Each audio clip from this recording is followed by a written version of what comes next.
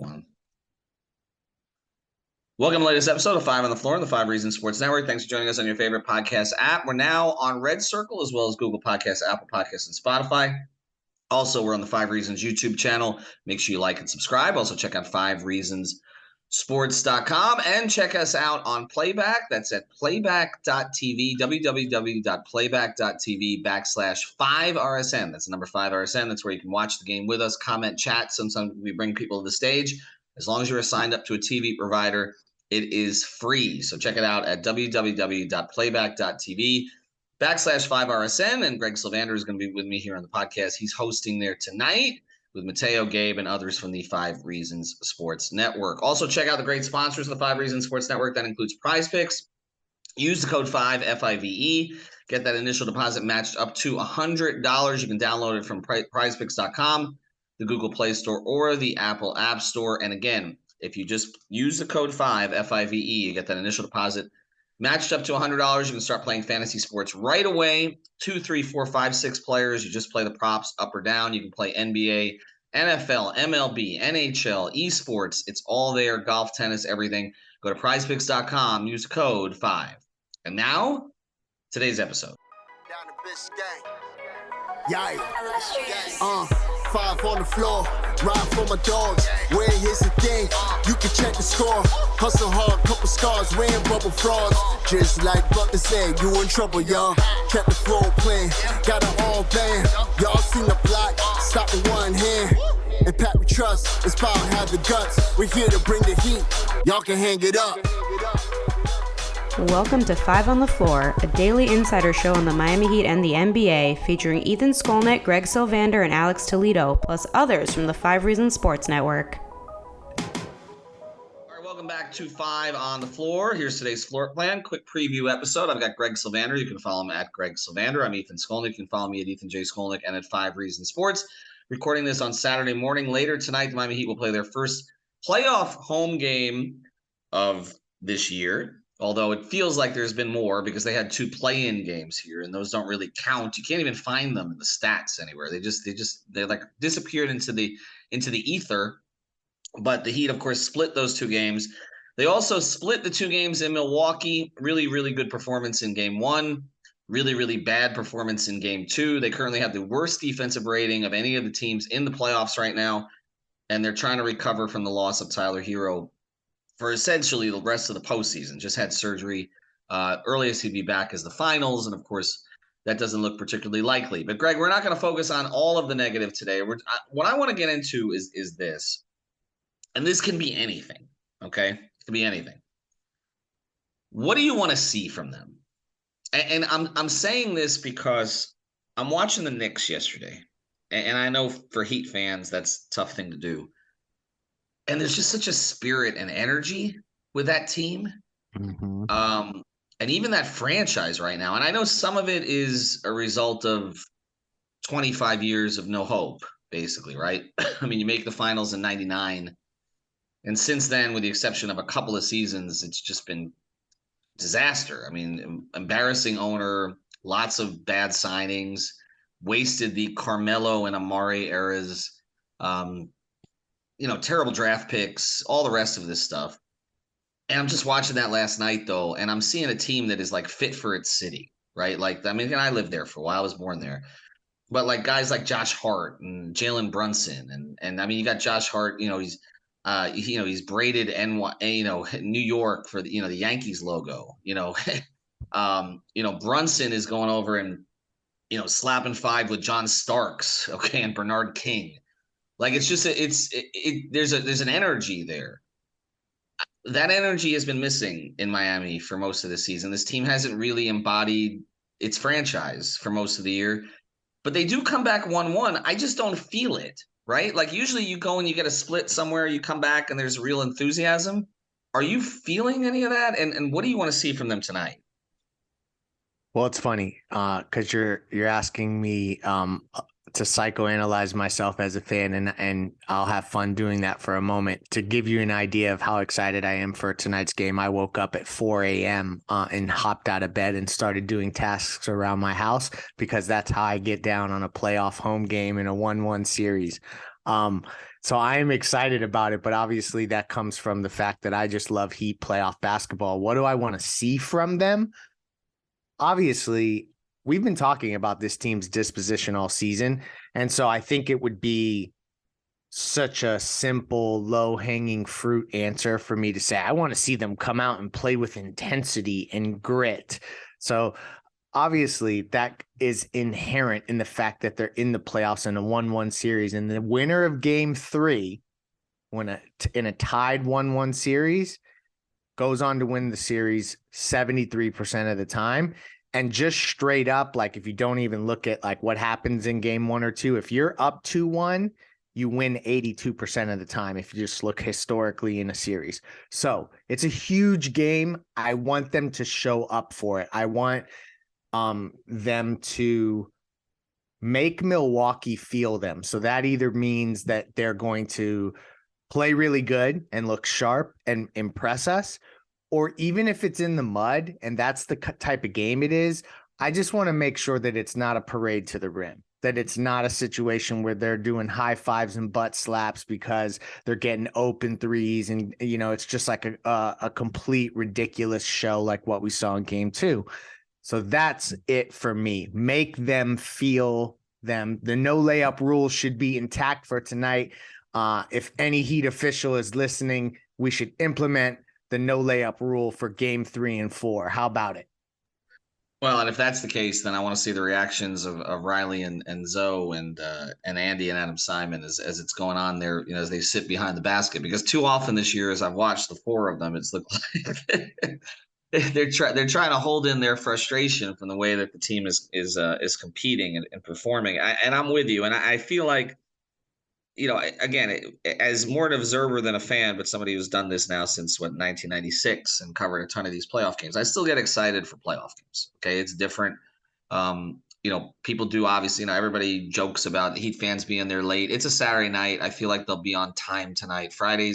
That Friday at 7:00 last week was really difficult. You're coming off of the floods. Again, Friday 7:00 in Miami. Nobody schedules that on purpose. You know what I mean? Like that's not ideal. I feel like people will be into it when they get there tonight. But there's been this sort of negative inevitability about this season, right? Yes. Like we you know, and so it's just like, okay, it's going to end. Just when does it end? How does it end? How painful does it end? When can we get to them making changes? Like we have basically done 4 months of podcasts related to that when we started to figure out that this team did not have what they had last year. And that was fairly apparent a month or 6 weeks into the season. It's like, okay, get to the 20 game mark. All right, get to the 30 game mark. Okay, get to the trade deadline. Okay, nothing's happening. We know where this is headed. And so because of that, if we've been too negative on the podcast, I apologize, because we want to keep your attention. We want to keep your hope. That's part of what we try to do here. Hope that this organization, which has so many times before done the right things to make the right changes, to put themselves in position to compete, to be one of the teams. Riley always talks about that. You know, everybody talks about winning or misery with him, and I know that was his famous quote. But also with him, he always used to talk about this. He just said, we want to be one of those teams. We want to be one of those teams that can contend for a championship. Last year, they were one of those teams. This year, they've not felt like one of those teams. And, you know, you look at some of the teams around the league, and we'll do a deeper dive on this, you know, going forward. You look at some of the other things that have happened in the playoffs and who some of those teams are. And a lot of it is luck. I mean, look, the Clippers could have been one of those teams. Kawhi can't stay healthy. Okay. It's really that simple. Paul George can't stay healthy. I mean, so in some cases, it's just health. Memphis, I thought they were one of those teams. Maybe they still could be, but without Steven Adams, I don't think they're one of those teams. They're a different team without him overall, but even more so without him than without Ja Morant. You look at, you know, the teams in the Eastern Conference, we kind of knew that ultimately Atlanta, I don't know, they had a good win last night. Okay. But ultimately Atlanta, the Nets were not going to be able to compete with the 2 top teams in the East and even or the top 3 teams in the East in Philadelphia's case. But we've kind of known, even though the Heat had, you know, they were top 10 in the league in wins or whatever, we kind of knew they were not one of those teams. And so I feel, again, like I don't want to overhype tonight. And say, well, you know, this feels to me like some past playoff series where there was a real chance. I'll do that because part. Don't worry, Ethan. I'll let you handle that. I just like you said, I just want them to create, honestly, a fun atmosphere in there tonight with some energy in the way that they did, in the second half of that Chicago game where they really gave a damn. You know what I mean? And where it was okay trying to finish this thing out, and in a lot of ways, in so many ways, it starts with Jimmy. And I feel like what's kind of happening here is if this does not end in a title in Jimmy's era, and the odds are against it. I mean, there's 30 teams in the NBA. A lot of those teams have gotten better over time. Miami has significant work to do this offseason. And as we've chronicled, as Barry Jackson has chronicled, as others chronicled, they're not in the best position to do it. Okay. If Victor Oladipo opts into his contract and you're essentially in a hard cap type of situation. You have to move Kyle Lowry to be able to do anything. You may not be able to do that, or Duncan Robinson. They're not in a great position to get themselves back up to the top. So it is feeling to me like the Jimmy Butler era is going to go down as one of those what could it have been eras of the Heat, similar to what the first Zoe era was. Okay. Can we give him one more summer? Come on now, one more. Well, we're going to, obviously, because because that's what we do. But I'm saying that they're not in the best. It's not like they're sitting there flush. It's not like 2010. Okay, where for sure. No, the decks aren't clear. I get it. The decks are not clear at all, and it's not. It may be very challenging to clear those decks, no matter how skilled certain people in that front office may be. I mean, that other things have to break right. So what I'm saying is we could end up in a situation where really what this is going to be about is, Heat fans remembering, how hard Jimmy tried to get them over the finish line. And ultimately it wasn't enough, but we made a lot of memories along the way. And so if that's the case, if that's what this season is ultimately going to be, make another memory along the way. That's and it gets back to, I keep citing, Heat people of the past, or in Riley's case, the past and present. But it gets back to what Dwayne always used to talk about, and he even when he came back recently, he talked about it. It's about moments. It's about, can Jimmy create another moment tonight or on Monday? Can he make this series more competitive? Can he get the national media in some ways to pay attention to this? Because they are not. Okay, they are not. They're and I don't blame them. Okay, last year I blamed them. Last year I was like, this is number one seed in the East. Why is nobody talking about this team? This year I wouldn't talk about this team. Okay, nationally, so I haven't made that an issue the entire season. But they're passing over the series, they're hardly even discussing it. It's all just, when is Giannis back to finish this thing off? And so whether Giannis plays tonight or not, and that's questionable as we speak here. I want to see another Jimmy moment this season, because they're for any he's not. We have talked about this. He's not the easiest to deal with inside the organization. There's always something that I hear about, or this or that. But the reality is, he's the one ultimately that is we'll see what Bam becomes. But right now, Jimmy's the driving force of this team, of this franchise. No doubt. Yeah, and so I just want to see it. I want to see, and there is a love affair between Jimmy Butler and this town. That is different than the love affair they've had with some of the other players. With Dwayne, with Zoe, they were always out in the community. That's not so much Jimmy here. There was an accessibility with Dwayne that there really isn't with Jimmy. Jimmy's funny as hell. Jimmy presents fans love him. Right, but it's just different. It's just different. And there's one other thing I want to sneak in here as we start to wrap up. That makes this interesting, because you went to Jimmy, and I wholeheartedly agree that like this is about Jimmy making moments and his greatness, and that's part of what we're watching right now and how far he can actually push this thing. But also, when we talk about the top players, heroes out, I feel like Bam Adebayo has a big old magnifying glass on him for the rest of this series because of what happened the last time they played Milwaukee. The fact that Giannis has been out or maybe limited. Like, I feel like if Bam comes up short in the balance of this series, it's going to leave the Heat with loud noises this offseason about who is the right player next to Jimmy as the number 2. And I hate to even bring that up because y'all know that I am the Bam Adebayo number 1 fan. but I just can't escape the reality of that. I feel like that's also looming. So really, when Heat fans are prepping mentally for this game, it's watching your best players and it's seeing how they produce. And to me, there is some explanatory power in seeing how they, come up in this home stretch. And the other part of this too is that the Tyler thing has kind of taken care of itself now. So Yep. there is going to be even more scrutiny on Bam because there's not going to be as much scrutiny on Tyler for performance. There is going to be conversation about availability, which I think in this case is stupid. And it gets back to, and after the break, I got one more thing to go to before we close. I go back to the thing with Tua, okay, where there was criticism of Tua's availability for things that there shouldn't have been criticism about because some of it was freak stuff. Like, again, he hurt his fingers, okay, in a freak situation, okay, and all the rest of this.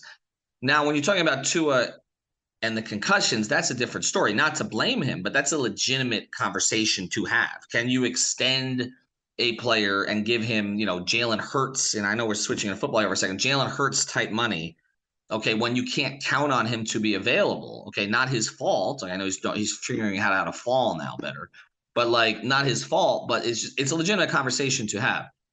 I don't go there with Tyler Hero because it's not, I mean, again, slamming your fingers into the floor, going for a loose ball, whether you should, right. It's just stuff that happens. It's not, that's a different conversation than say Kawhi Leonard, okay, whose knee seems to be like a persistent problem, either his knee or his willingness to play through knee pain, one or the other, okay, seems to be a consistent issue here for the course of his career. Like that's an availability question. Paul George has had some repeat stuff, okay, it's an availability question.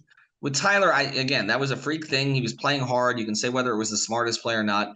So it's not that, but it does take Tyler a little bit out of the spotlight here. And now it's actually more so, more in a positive sense of, okay, this is why you miss Tyler. Like, this is what he was providing that we were kind of taking for granted. Like, Bam, like, there's nowhere to hide right now. Like it is what it is. Like, it's either, like you said, either he's going to emerge as a clear, 1-2 punch with Jimmy, not just defensively, but offensively to help carry them to make this competitive, to take it 7 games or possibly to win it or whatever, or he doesn't. And either way, the spotlight is going to be blinding on him. And so I'm with you on that. So I want to see Bam be really good. And you know why? And I'll just admit it, because I like Bam, honestly. And I'm like you. I wanted to succeed with Bam. I think he represents the community in a terrific way. He's homegrown in terms of being drafted by them. He's the second best player they've ever drafted. I want to see it work. Okay. And I think when you and I have been critical at times, it's coming from that place. We want to see it work. Right. So but again, there's going to be a spotlight on him. All right. Before we close here, we're going to give you our thoughts on what we think will happen tonight. Before we do, something we think should happen for you, you should have some fun. You should have a gaming party. Okay. Have you ever heard of Miami Gaming Parties? It just became a sponsor of ours. Maybe we'll get one together right after the season is over here. Check out MiamiGamingParties.com. They deliver private custom video game tournaments for gamers and their lucky guests. Truly custom. You pick the game in the package, premium or black tie VIP for 8 to 16 people. They bring it all, everything from PS5s to trophies for the winner. Play at home or at a venue of your choosing and get a free on-site consultation. Birthday party, bachelor party, anniversary, NBA Finals party, who knows? Okay, a corporate event. Check them out, MiamiGamingParties.com. Again, that's MiamiGamingParties.com. Also want to mention our gambling partner, as opposed to our gaming partner, it's BetterEdge. Go to BetterEdge.com. Use the code 5RSN. That's the number 5RSN at BetterEdge. Sign up there. You get $20 to play. This is peer-to-peer legalized sports betting. That's right. It's legal in 44 states. They're based in Minneapolis, not Costa Rica. They're legal in this country. Okay, nothing against Costa Rica, but you don't try to find your money 4 weeks later. Not that I've ever tried to do that. BetterEdge. I'm sorry, BetterEdge. Use the code 5RSN. Use the code 5RSN and play today. We've got tournaments there all the time, and in concert with one of our partners over at the NBA Central. All right, tonight. 7:30 Saturday. Everybody's gonna be dressed up. It's like this is this is the pre-party, right, in Miami. Saturday night, 7:30, and then when it's over, you hit Hyde or whatever, and then you go down to South Beach. When I was young, I used to do that. I no longer am. You putting on a sport coat tonight, Ethan? I might. I'm thinking about it. I'm gonna get Brady to put on a sports coat when he's down there too. It's a playoff game. It's an ESPN playoff game too. It's not NBA TV, so it's a good one. It's graduated. We graduated back to the big time. Here's how I see this. This is a little bit of a cop-out. We saw them come down here without Giannis twice. They beat them twice in the regular season, but they did not have middle. Game 3 for always in these situations is when the not always, most of the time, when we know that the Bucks are better. Okay, they're better overall. And typically the home team does fight in the game 3 where they come back home. But typically this is the game that turns on something late and the road team steals it and kind of asserts itself in the series. I feel like that's what happens tonight. I think you're going to get a better defensive effort from the Heat overall because it couldn't be worse. Okay. And you don't have the natural tendency to just relax like they did. Like we got the split, psychologically, whether you say it or not. That's what happens. We got the split. They're making every single 3. Let's go home. Okay. So you don't have that tonight. I think they're going to compete better. I think they'll do a better job on Brook. I do think there's going to be a starting lineup change. I think you and I both think it's going to be Kevin Love. We'll see. It could be Highsmith. It could be Martin. They could keep it the same. I don't think he's going to do that with Robinson. It could be Oladipo. I think that's unlikely. I think he does make some kind of a change there. I just have a hard time seeing unless they have one of these again with Milwaukee. It was a slight variance, or not slight, but it was a variance from what they typically do with their 3-point shooting. They were better than they usually are, but they can shoot in that space. The Heat shooting 15 of 25 in game 1 from 3 was a real anomaly the way they've shot the ball this year. So unless the Heat produce something akin to that again, I really do have a hard time seeing them get both at home. And my tendency is to think Milwaukee comes in and they have championship aspirations. I think they come in and get this one tonight. Now, whether Miami can reset it in game 4, again, a lot of that will depend on Giannis's availability, etc. But I would expect the Bucks to win tonight. I think it may look a little bit like that first game where, remember, the Heat got Kevin Love and then they threw him in the starting lineup against Milwaukee and right after the All-Star break, and that didn't go very well. I could see a similar scenario tonight. Well, I think everything you said will be applicable, but I would apply it to game 4. I think that game 3, this is the game, and historically, if you look at Heat teams that were not home favorites to start the series. So they started out, on the road and then came back to Miami. They usually get those game 3s. And I now I'm going to go down that rabbit hole and look back through all of those. So I'm expecting them to get this game. And then exactly what you described will likely take place in game 4. Then obviously game 5 is an avalanche in Milwaukee. And then, where are we? We're in a game 6 where maybe then Milwaukee puts the final clamps on Miami because of the fact that they're that much better and maybe Giannis can settle in. That would be like maybe my trajectory for the series. But as we get hyper focused on tonight, for me, I actually think they come out with a really big time effort. And I think that they shoot the ball better than we expect them to. And this is the game that they get. And then all bets are off for game 4. I know you're not necessarily, you don't follow hockey that closely. But I was watching the Panther game yesterday, kind of out of the corner. I watched the playoffs. Right. I was watching out of the corner of my eye last night while we were doing playback on the Knicks game and everything else. I feel like the Heat are going to have a similar situation to the Panthers last night. Again, Boston team with championship aspirations, even more dominant. The Bruins were much more dominant than the Bucks were this season. Yes. Come back after a split against an 8 seed that has some really good players: Kachuk, Barkov, Verhaeghe, Butler, Adebayo. I mean, it's not an 8 seed without talent. Okay, Panthers should have been better than an 8 seed this year, probably. But they just took control, and the stuff I was hearing from the Panthers after the game, I'm fearful that I'm going to hear that from Heat players after this game. That they played really well. That's the kind of stuff that we were hearing last night. We'll see. I don't think either of us is expecting the Heat to take both of these. I think the idea here is make this a series, give us some moments, particularly on the home floor, give the fans some moments, more importantly than us. And try to get this thing back to Milwaukee 2-2, where there's still, you never know what can happen.